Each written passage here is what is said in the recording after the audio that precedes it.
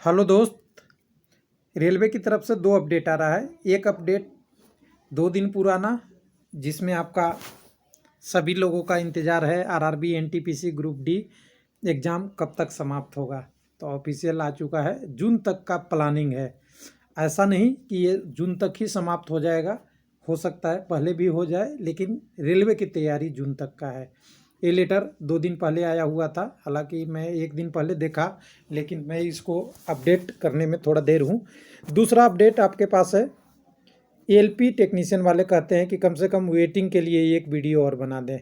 Waiting की उम्मीद ख़त्म हो गई या बाकी है? तो यहाँ एक रेफरेंस के लिए रिप्लेसमेंट पैनल की बात करेंगे, और रिप्लेसमेंट पैनल 3/2014 का है। तो 14 का और आज है 2020, कितना अंतर है? 6 साल का। तो एलपी टेक्नीशियन आपकी 1/ कितनी थी? 1/2018। एक मिनट, इसको मैं लिख दूँ। तो 1/2018 से अगर कहें तो अभी 2 साल ही हुए हैं। तो वेटिंग का भी संभावना है या अभी ख़त्म हो गई? तो संभावनाएं कभी नहीं ख़त्म होती, मैंने पहले भी बोला था, हर समय संभावना बनी रहती है। कब तक? जब तक नया वैकेंसी की प्रोसेस नहीं हो जाए। तो अभी नया वैकेंसी ही नहीं आया, कब आएगा न्यू वैकेंसी कोई पता नहीं है, क्योंकि कंडीशन भी अभी अलाउ नहीं करता है। आप देख ही रहे होंगे सारी चीज़ों पे कटौती हो रही है। तो न्यू वैकेंसी की तो हम अभी बात ही नहीं करेंगे। तो न्यू वैकेंसी नहीं होगी तो रिप्लेसमेंट पैनल भी आ सकता है और आपका वेटिंग भी क्लियर हो सकता है। लेकिन इसके लिए रेलवे पूरी तरह से अपनी पूरी कैपेसिटी पे वर्क करना बहुत ज़रूरी है, तभी आपकी संभावनाएं आगे बढ़ेगी। चलिए एक एक करके फिर आगे डिटेल में हम बात कर लेते हैं। तो पहले आपको ले चलते हैं रिप्लेसमेंट पैनल पे। यह है आरआरबी गुवाहाटी, देख लीजिएगा। गुवाहाटी में नीचे की तरफ आएंगे तो ये डाइवर्सन पैनल के रूप में आया है, जिसको रिप्लेसमेंट पैनल भी कह सकते हैं और डाइवर्सन पैनल भी कह सकते हैं अपने हिसाब से। हालांकि एलपी टेक्नीशियन की नहीं है, 3/14 रेफरेंस के लिए मैंने इसको लिया हूँ। यह है चीफ लॉ असिस्टेंट का, ये पोस्ट के लिए आई थी। और ये आपका इस पोस्ट के लिए जब ज़रूरत पड़ी तो दूसरे जगह के लिए भी आरआरबी ने तैयार हो गया। इसको अगर डाइवर्जन पैनल को देखेंगे तो आपके पास ये आ जाएगा, रिप्लेसमेंट पैनल भी कह सकते हैं, डाइवर्जन भी कह सकते हैं। और रिप्लेसमेंट मतलब दूसरे जगह भेजना है। यहाँ पे एक आरआरबी से दूसरे आरआरबी की बात है। तो ये डेटेड है, आपका डेटेड के टर्म में देखेंगे तो इतना आपका डेटेड 16 के तारीख में है। वेबसाइट पर अपडेट 17 तारीख के हुआ था और आज है 21 तारीख, तो यानी 3-4 दिन हम लेट हैं। तो यहाँ पे आप देखेंगे तो यहाँ पे आपको जबलपुर भेजा गया है गुवाहाटी से, यानी WCR जबलपुर, और कर सकते हैं आरआरबी आपका जयपुर अजमेर कह सकते हैं, उसमें भेजा गया है। तो ये देखिए कितनी पुरानी वैकेंसी हो गई, 3/2014 और आज है 2020 का 11वां महीना, यानी 20 लास्ट हो गई है, 21 के कगार पे है। 6 साल बाद तक ये वैकेंसी का प्रोसेस हो रहा है। हालांकि इसकी पैनल वगैरह बनते बनते 2016-17 हो गया होगा, लेकिन फिर भी कहें तो 3-4 साल के बाद भी अभी प्रोसेस हो रही है। तो ऐसे ही एलपी टेक्नीशियन वाले अभी नाराज़ ना हो और निराश भी नहीं हो। खास करके मैं बोलूँगा टेक्नीशियन को तो थोड़ा सा मैं ऑब्जेक्शन लगाऊंगा, लेकिन एलपी वाले के लिए कर रहा हूँ, अभी भी उम्मीद बरकरार है, अभी भी पॉसिबिलिटी बनी हुई है। जब तक आप मान लीजिए कि 2021 में भी अगर कोई नोटिफिकेशन आता है तो 2022 से पहले तो कुछ होने वाला नहीं है। तो अभी 2-2.5 साल आपके पास है, अभी उम्मीद है। लेकिन 100% उम्मीद कभी भी नहीं रहता, क्योंकि रिप्लेसमेंट पैनल गवर्नमेंट पे डिपेंड करती है और कितना लोगों को लेगा ये भी गवर्नमेंट पे निर्भर करता है। यानी रिप्लेसमेंट पैनल, डाइवर्सन पैनल और वेटिंग वाले थोड़ा सा वेट कर लीजिए। अब आते हैं जो ओरिजिनल मुद्दा था एनटीपीसी ग्रुप डी एग्ज़ाम के बारे में। तो सब लोगों ने देख लिया है कि पहला एग्ज़ाम दिसंबर में ही शुरू होना था, और दिसंबर में किसका था? मिनिस्ट्रियल और आइसोलेशन कैटेगरी का।